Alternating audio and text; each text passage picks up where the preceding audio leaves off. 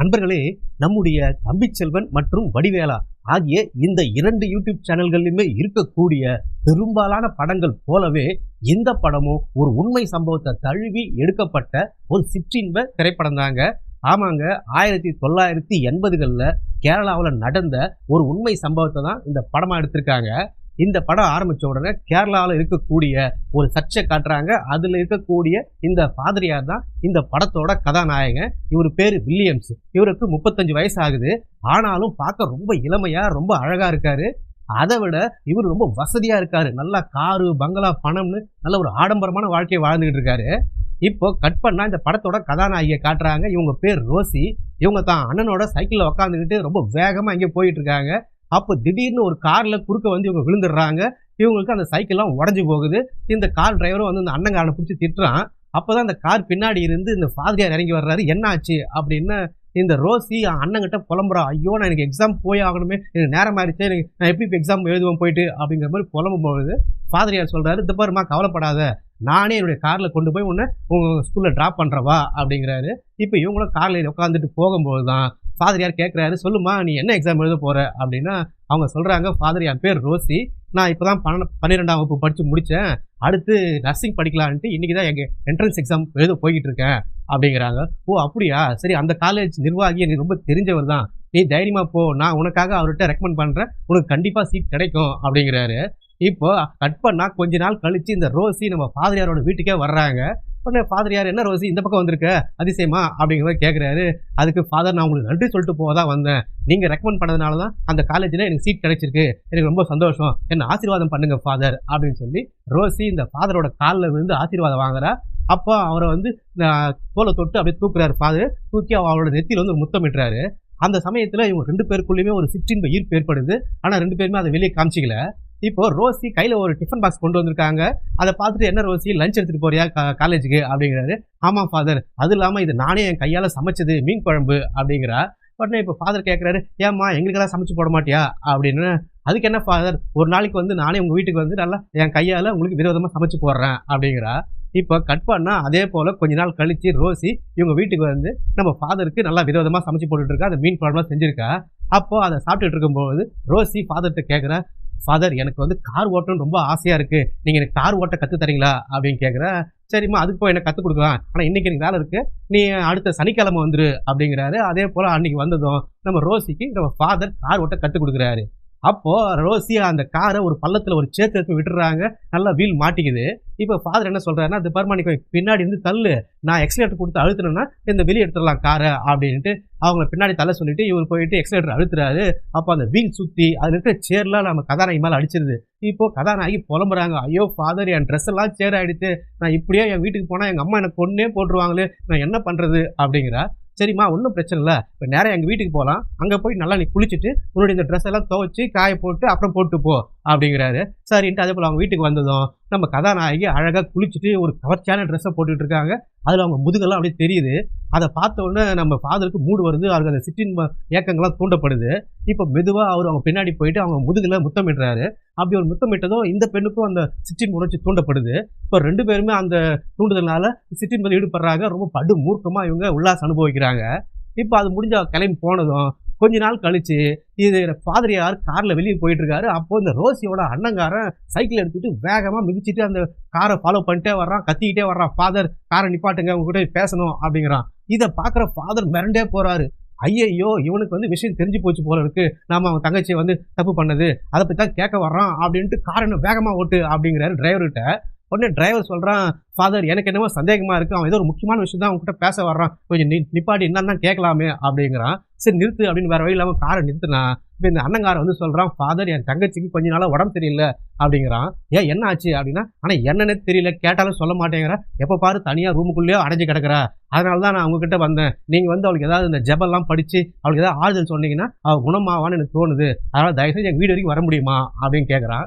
சரிப்பா, நான் இப்போ ஒரு முக்கியமான வேலையாக வெளியே போயிட்டுருக்கேன், சாயந்தரமாக வந்து பார்க்குறேன்பா அப்படின்னு சொல்லிட்டு அவர் கிளம்பிடுறாரு. அதே போல் சாயந்தரம் அவங்க வீட்டுக்கு போகிறாரு. போனால் அவங்க அம்மாலாம் இருக்காங்க, அவங்க அம்மாட்டெலாம் நல்லபடியாக பேசுகிறாரு. இப்போது ஃபாதர் ஜாடமாடியாக ரோசிக்கிட்ட சொல்கிறாரு, இதை பாரு, நீ ஒன்றும் கவலைப்படாத, பயப்படாத, அன்றைக்கி நடந்தது வெளியே யாருக்கும் தெரியாது, நீ வந்து தைரியமாக இரு, அது ஒரு கெட்ட கனவை நினச்சி மறந்துரு அப்படிங்கிற மாதிரிலாம் அவர் தைரியம் சொல்கிறாரு. இப்போ நம்ம கதாநாயகி தைரியமாகிட்டு அவங்களுக்கு உடம்பு சரியாயிடுது. இப்போ கொஞ்ச நாள் ஆக ஆக நம்ம ஃபாதருக்கு ஒரு மாதிரியா இருக்கு. அந்த நினைப்பு மறுபடியும் வந்து வந்து போகுது. திரும்ப அந்த பெண்ணோட சிற்றின்பம் அனுபவிக்கணும் அப்படின்னு ஆசையா இருக்கு. அந்த சிற்றின்ப இயக்கங்கள் அதிகமா தூண்டப்படுது. இப்போ ஒரு நாள் ரோசி காலேஜ்ல இருக்கும்போது அந்த காலேஜ் நிர்வாகம் கூப்பிட்டு, "இத பாரும்மா உங்க அம்மாக்கு ஏதோ உடம்பு சரியில்லையா? உன்னை கூட்டு போக ஃபாதர் வந்திருக்காரு" அப்படிங்கிறாங்க. இவளும் பதட்டப்பட்டு, "என்னாச்சு ஃபாதர்? எங்க அம்மாக்கு என்ன ஆச்சு?" அப்படிங்கிற. "சொல்றேன் வா" அப்படின்ட்டு நேரா ஒரு லாட்ஜுக்கு கூப்பிட்டு போறாரு. "இங்க எதுக்கு ஃபாதர் என்ன கூப்பிட்டு வந்தீங்க? எங்க அம்மாக்கு என்ன ஆச்சு?" அப்படின்னா அப்பதான் அவர் சொல்றாரு, "உங்க அம்மாக்கு எதுவும் ஆகல. உங்க அம்மா நல்லா தான் இருக்காங்க. ஆனா உன்னால நான் தான் உடம்பு சரியில்லாம ஆயிட்டேன். என்னால வந்து உன்னை மறக்கவே முடியல. எனக்கு மறுபடியும் அந்த ஏக்கம் வந்துகிட்டே இருக்கு. வா மறுபடியும் செய்யலாம்" அப்படின்னு சொல்லி மறுபடியும் அங்க ரூம்ல 2 பேரும் சிற்றின்பத்தில் ஈடுபடுறாங்க. இந்த முறை படு மூர்க்கமா அந்த சிற்றின்பம் செய்றாங்க. இதுக்கப்புறம் இதே வாடிக்கையாயிருது. இவங்க வந்து அந்த கள்ள தொடர்புல ஈடுபட ஆரம்பிக்கிறாங்க. நினைக்கிற அப்பல்லாம் வந்து இது போல தகாத உறவு செஞ்சுக்கிட்டே இருக்காங்க. இப்படி காலங்கள் உருண்டோடுது. அதாவது இவங்க தேவாலயத்துல கூட இது போல சிற்றின்பம் செய்றாங்க. ஒரு முறை கேட்கறாங்க கதாநாயகி, "ஃபாதர் இது வந்து கடவுள் வாழுற இடமாச்சு. இங்க எதுக்கு செய்யலாங்கிறீங்க?" அப்படின்னா அதுக்கு அவர் என்ன பதில் சொல்றாரு பாருங்க. நாமெல்லாம் கூட கடவுளோட குழந்தைகள் தானே. அப்படி பார்த்தா நமக்கு இது வீடு தானே. ஸோ நம்ம வீட்ல நம்ம ஒண்ணா இருக்கிறது தப்பு இல்ல. அப்படிங்கிற மாரிலாம் சமாளிக்கிறாரு. இது போல இவங்க சர்ச்சிலே கூட இந்த மாரி தப்பெல்லாம் பண்றாங்க. இப்படியே காலங்கள் உருண்டோடிட்டே இருக்கு. இந்த அண்ணங்காரன் ஒரு டாக்ஸி டிரைவரா இருக்கான். டாக்ஸி ஓட்டிட்டு இருக்கான். அப்போ அவனுக்கு திடீர்னு துபாயில ஒரு கார் ஓட்டுற வேலை கிடைக்குது. ஆனா அதுக்கு 40,000 பணம் தேவைப்படுது அந்த விசாக்கெல்லாம். அதனால அவங்க அம்மா கிட்ட வந்து சொன்ன உடனே அவங்க அம்மாவும் இந்த அண்ணங்காரனும் நம்ம கதாநாயகிட்ட கேட்கறாங்க, "ரோசி நீ போயிட்டு நம்ம ஃபாதர் யார்கிட்ட அண்ணனுக்கு ஒரு 40,000 பணம் வாங்கி குடும்மா. அவன் துபாய் போய் கை நிறைய சம்பாரிச்சு வந்து அந்த கடத்த அடைச்சிருவான். நம்ம குடும்பமும் எந்த கஷ்டமும் இல்லாம மகிழ்ச்சியா வாழலாமா. இது உன்னால தாம்மா முடியும்" அப்படிங்கிறாங்க. இந்த அண்ணங்காரனும் கெஞ்சறான், "ஏய் ப்ளீஸ் ரோசி நான் கடத்த திருப்பி குடுத்துருவேன். கொஞ்சம் எனக்காக ஃபாதர் யார்கிட்ட வாங்கி குடு" அப்படிங்கிறான். உடனே ரோசி சொல்றாங்க, "என்ன பேசுறீங்க நீங்க? முட்டாளா நீங்க? நான் போயிட்டு ஃபாதர் யார்கிட்ட பணம் வாங்குனா இந்த ஊர் உலகம் என்னை பத்தி என்ன நினைக்கும்? என்ன தப்பா நினைக்க மாட்டாங்களா?" அப்படின்னு கேட்கிறா. உடனே இவங்க சொல்றாங்க, "நீ ஊர் உலகத்தை பத்திலாம் கவலைப்படாத. அவங்க எப்படின்னா பேசிட்டு போட்டோம். நமக்கு வந்து காரியம் ஆகணும். நீ போயிட்டு பணத்தை வாங்கலாம் வா" அப்படிங்கிறாங்க. அதாவது இந்த ரோசியோட அம்மாவுக்கும் அண்ணனுக்குமே கூட ரோசி ஃபாதரோட நல்ல தொடர்பு இருக்கிறது நல்லாவே தெரிஞ்சிருக்கு. இப்போ இந்த 3 பேருமே நம்ம ஃபாதரோட வீட்டுக்கு போறாங்க. அதே போல ஃபாதரும் அவங்க கேட்ட 40,000 பணத்தை எடுத்து குடுக்குறாரு. இப்போ இவங்க பணத்தை வாங்கிட்டு 3 பேரும் கிளம்பலாம் அப்படின்னு பார்க்குறப்போ, டக்குன்னு ரோசியோட அம்மா என்ன சொல்றாங்கன்னா, "ரோசி நீ எங்கம்மா என் கூட வர? நீ வராத. நானும் அண்ணன் மட்டும் வீட்டுக்கு போறோம். நீ ராத்திரி நம்ம ஃபாதர் கூட இருந்து அவருக்கு ஏதாவது உதவியா வேலை எல்லாம் செஞ்சுட்டு வா" அப்படிங்கிற மாதிரி ஜாடமடியா சொல்லிட்டு போறாங்க. அதாவது பெத்த பொண்ணையே வந்து இவங்க கூட்டி குடுத்துட்டு போறாங்க. இப்போ ஃபாதருக்கு இன்னும் திருப்தியா போகுது. அன்னைக்கு ராத்திரியே நம்ம கதாநாயகி ஃபாதரும் பயங்கரமா சிற்றின்பம் ஈடுபடுறாங்க. இப்படியே நாட்கள் உருண்டோடிக்கிட்டே இருக்கு. ஒரு நாளு ரோசி தான் நெருங்கிய தோழியான இந்த மணப்பெண்ணோட வீட்டுக்கு போறா கல்யாண நிகழ்ச்சிக்கு. இந்த மணப்பெண்ணு, "ஏய் என்னடி இவ்வளோ லேட்டா வந்திருக்க? நீ தானே என் பக்கத்திலே இருக்கணும். சரி சீக்கிரம் போயிட்டு ஃப்ரெஷ் ஆயிட்டு வாங்க. பாத்ரூம் இருக்கு பாரு. என்னை விட்டு எங்கேயும் வெளியே போகக்கூடாது நீ" அப்படிங்கிறா. இவங்க நம்ம கதாநாயகி ஃப்ரெஷ் ஆகலான்னு பாத்ரூம் போகும்போது இந்த கல்யாண பெண்ணோட அண்ணங்காரன் வந்து கல்யாண பெண்ணை தனியா கூப்பிட்டு பேசுறான். "ஏய் நீ என்ன நினைச்சிட்டு இருக்க? அந்த பெண் எதுக்கு இங்க வர வச்சிருக்க?" அப்படின்னா, "ஏன்னா அவன் நெருங்கிய தோழி. அவ தான் என் பக்கத்துல இருக்கணும்" அப்படிங்கிறா. "ஏன் முட்டாள்தனமா பேசாத. அவளுக்கும் இந்த ஊர் ஃபாதரான வில்லியம்ஸ்க்கும் கள்ள தொடர்பு இருக்குது. இந்த ஊர் வழக்கு எல்லாருக்குமே தெரியும். அப்படி இருக்கும்போது அவ வந்து உன் பக்கத்துல உட்காந்துட்டு இருந்தாள்னா மாப்பிள்ளை வீட்டுக்காரர் உன்னை பத்தி என்னடி நினைப்பாங்க? உன்னையும் தப்பா நினைப்பாங்க. முதல்ல அந்த பெண் எங்கேருந்து போக சொல்லு" அப்படிங்கிறா. இதையெல்லாம் பக்கத்து ரூம்ல பாத்ரூம்ல இருந்து ரோசி கேட்டுக்கிட்டு இருக்கா. அவளுக்கு நல்லா கேட்குது. உடனே அங்கிருந்து அழுதுட்டே போயிட்டு நேரா ஃபாதர்கிட்ட சொல்றா, "ஃபாதர் இந்த ஊர் வழக்கு எல்லாமே தெரிஞ்சு போச்சு. எனக்கு மான மரியாதை போச்சு. நாங்களும் உங்களை கல்யாணம் பண்ணிக்க சொல்லி கேட்டுக்கிட்டே இருக்கேன். நீங்களும் தள்ளி போட்டுக்கிட்டே இருக்கீங்களே. எப்போ நம்ம கல்யாணம் பண்ணிக்கலாம்?" அப்படின்னு கேட்குறா. அதுதான் சொல்றாரு, "இல்ல இன்னும் கொஞ்ச நாள் போட்டோம்" அப்படிங்கிறாரு. இதே பதில தான் நீங்க ரொம்ப நாளா சொல்லிக்கிட்டு இருக்கீங்க. நம்ம பழக ஆரம்பிச்சு இது வரைக்கும் 4 வருஷம் ஆயிடுச்சு. 4 வருஷமா இதை தான் சொல்லிக்கிட்டு இருக்கீங்க. எப்பதானே கல்யாணம் பண்ணிப்பீங்க அப்படின்னா, அப்பதான் ஃபாதர் சொல்றாரு, "இந்த பாரு எனக்கு புரிஞ்சுக்கோ. நான் வந்து உன்னை கல்யாணம் பண்ணிக்க முடியாது. ஏன்னா நான் ஒரு கௌரவமான வாழ்க்கையை வாழ்ந்துகிட்டு இருக்கிறோம். ஒரு ஃபாதரியாரு நல்லா வசதியானவன். நான் வந்து உன்னை திருமணம் செஞ்சுக்கிட்டா என்னுடைய தொழிலும் என்னோட ஃபாதரியார் வேலையும் பாதிக்கப்படும். என்னுடைய அந்தஸ்து என் கௌரவம் எல்லாமே பாதிக்கப்படும். ஆனால் என்னால் முடியாது." இல்லை அப்போ இவ கேட்குறா, "அப்போ எனக்குன்னு ஒரு கௌரவமான வாழ்க்கை வேணாவா? நான் இப்படி வந்து ஊர் வளத்துல நடத்த கேட்ட அப்படின்னு பேரோட தான் சுத்தணுமா?" அப்படின்னா அப்பதான் ஃபாதர் ஒரு ஐடியா சொல்றாரு. "சரி ஓகே, நானே வந்து உனக்கு ஒரு நல்ல பையனா பார்த்து திருமணம் செஞ்சு வைக்கிறேன். ஆனா பேருக்கு நீ அவனை திருமணம் செஞ்சுக்க. மற்றபடி எப்பவும் போல நீ நானும் இந்த கள்ள தொடர்புல ஈடுபட்டுட்டே இருக்கலாம்" அப்படிங்கிறான். இப்போ இந்த பெண்ணு வேற வழி இல்லாம, சரி நமக்கு ஒரு கௌரவமான வாழ்க்கை தேவை அப்படின்னு சம்மதிக்கிறா. இப்போ பாதிரியாரே ஒரு மாப்பிள்ளைய பார்த்து நம்ம கதாநாயகிக்கு திருமணம் செஞ்சு வைக்கிறார் அவர் முன்னிலையிலே. இப்போ திருமணம் முடிஞ்ச கையோட அன்னைக்கு ராத்திரி ஃபர்ஸ்ட் நைட்டு. ஆனா இந்த புது மாப்பிள்ளை ஃபுல்லா தண்ணி அடிச்சுட்டு ஃபுல்லா போதையில வந்து நிக்கிறான். சரி வேற வழி இல்லாம ஃபர்ஸ்ட் நைட் ரூமுக்குள்ள கதாநாயகி இந்த குடிகாரனை உள்ள போயிடுறாங்க. அப்போ கொஞ்ச நேரத்துல அவங்க அம்மா வந்து அந்த ரூம் கதவை தட்டுறாங்க. போய் திறந்து பார்த்தா அவங்க அம்மா என்னன்றாங்கன்னா, "நம்ம ஃபாதருக்கு ரொம்ப உடம்பு சரியில்லை.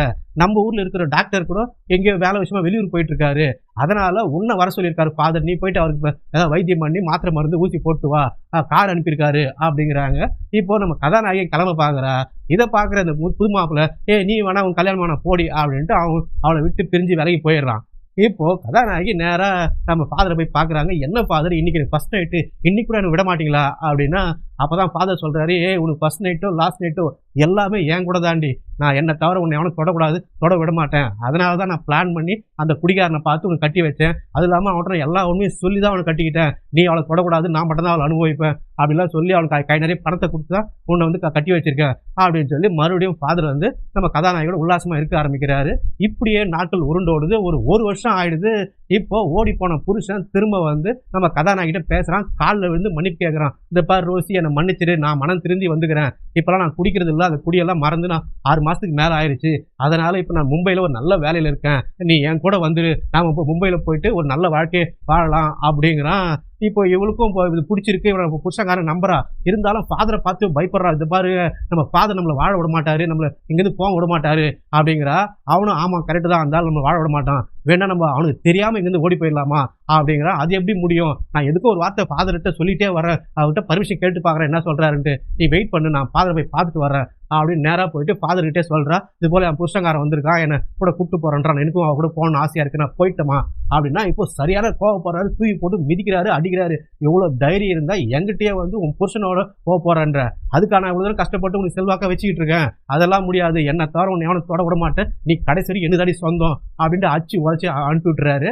இப்போ இதெல்லாம் வந்து மறுபடியும் புருஷங்கார்ட்ட சொல்கிறா ரோசி. இந்த மாதிரி அவர் ஒத்துக்க மாட்டேங்கிறாரு அப்படின்னா, அப்போ தான் அந்த புருஷங்காரன் சொல்கிறான், "சரி நம்ம 2 பேரும் ஒன்றா இந்த ஊர்லேருந்து கிளம்புனா தானே அவருக்கு தெரியும். முதல்ல நான் மும்பைக்கு போயிடுறேன். அடுத்த வாரம் இந்த ஊர்ல இருந்து ஒரு படகு, ஒரு போட் வந்து மும்பைக்கு வருது. என் நண்பன் தான் அது.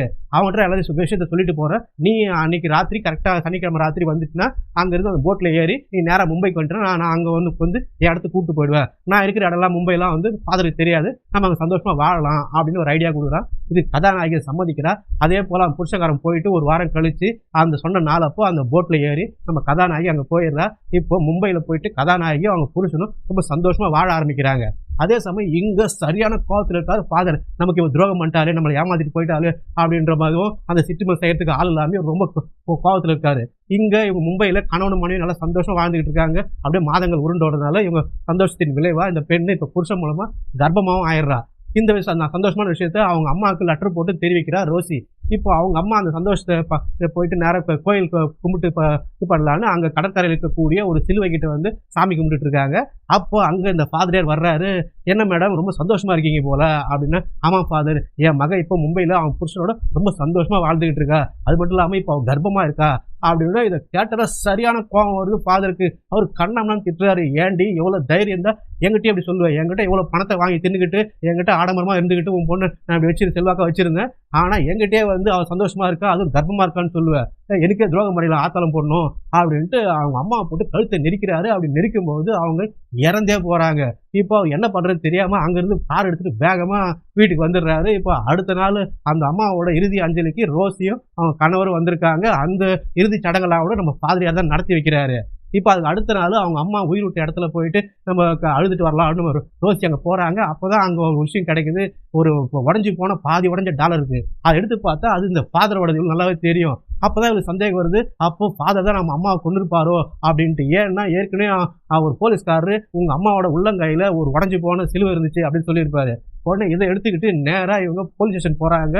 அந்த போலீஸ்கார்ட்ட நீங்கள் வச்சிருக்கிற அந்த உடஞ்ச டாலரை காட்டுங்க, அந்த சிலுவையை காட்டுங்க. இது ரெண்டுத்தையும் ஒட்ட வச்சு பார்த்தா கரெக்டாக பொருந்தது. அந்த டாலர் தான் அந்த ஃபாதரோட தான். இப்போ இந்த தனக்கும் ஃபாதருக்கும் இருந்த கள்ள தொடர்புலான மொத்தத்தையுமே போலீஸ் கிட்ட சொல்றா நம்ம கதாநாயகி. இதெல்லாம் கேட்டு அவர் மிரண்டே போறாரு. இந்த பாருங்க, அவர் வந்து ரொம்ப செல்வாக்கான ஆளு, நம்ம நேராக போயிட்டு அரெஸ்ட் பண்ண முடியாது. நீங்க வந்து கரெக்டாக ப்ராப்பரா அவர் மேல கம்ப்ளைண்ட் கொடுக்கணும். அப்படி கொடுத்தாலும் அவர் வந்து உங்க அம்மாவே கொலை பண்ணியிருக்காரு, உங்களையும் கொலை பண்ணா அவருக்கு ஒன்றும் பெரிய விஷயம் கிடையாது. அதனால நீங்க என்ன பண்ணுங்க, கம்ப்ளைண்ட்டு கொடுத்துருங்க. எங்க வீட்டுக்கு வந்துருங்க, எங்க மனைவி இருக்கா, அவ கூட பாதுகாப்பா இருங்க. நான் இன்னும் கொஞ்சம் அவர்கிட்ட ஆதாரம்லாம் சேகரிக்கிறேன். ஏற்கனவே நாங்கள் விசாரிச்சப்போ ஒரு பையன், சின்ன பையன் சொன்னான், இது போல ஃபாதர் அன்னைக்கு தான் இந்த பக்கம் வேகமாக கார்ல போனார், நான் பார்த்தேன்னு சொன்னான். எனக்கு அப்பவே சந்தேகம். இப்போ நீங்க சொல்லலாம் வச்சு பார்த்தா கன்ஃபார்மா அவர் தான் கொலைகாரர். இன்னும் நான் போதிய ஆதாரம்லாம் சேகரிச்சுட்டு அவர் அரெஸ்ட் பண்றேன். அது வரைக்கும் நீங்க எங்க வீட்டில் தங்குங்க அப்படின்னு போலீஸ்காரர் சொல்றாரு. இவங்களும் சரின்னு சம்மதிக்கிறாங்க. இப்போ போலீஸார் வீட்டில் அவங்க தங்கிக்கிட்டு இருக்காங்க.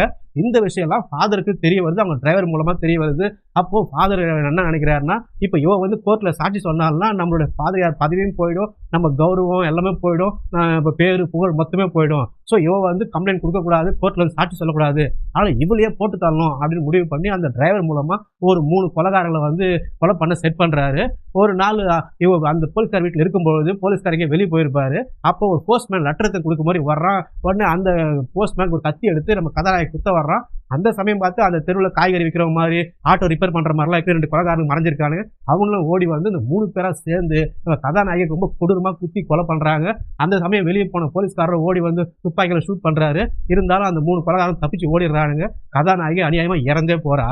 இப்போ அவங்க அம்மா கொலை பண்ணதுக்காகவும் கதாநாயகி ஆள் வச்சு கொன்னதுக்காகவும் இந்த பாதிரியாருக்கு நீதிமன்றத்துல தூக்கு தண்டனை கொடுக்குறாங்க. இதோட படம் முடியுது. ஆனா அதுக்கப்புறம் நிஜத்துல நடந்தது என்னன்னா, அவருக்கு கருணையின் அடிப்படையில அந்த தூக்கு தண்டனையை குறைச்சி ஆயுள் தண்டனையா மாத்தி கொடுத்திருக்காங்க.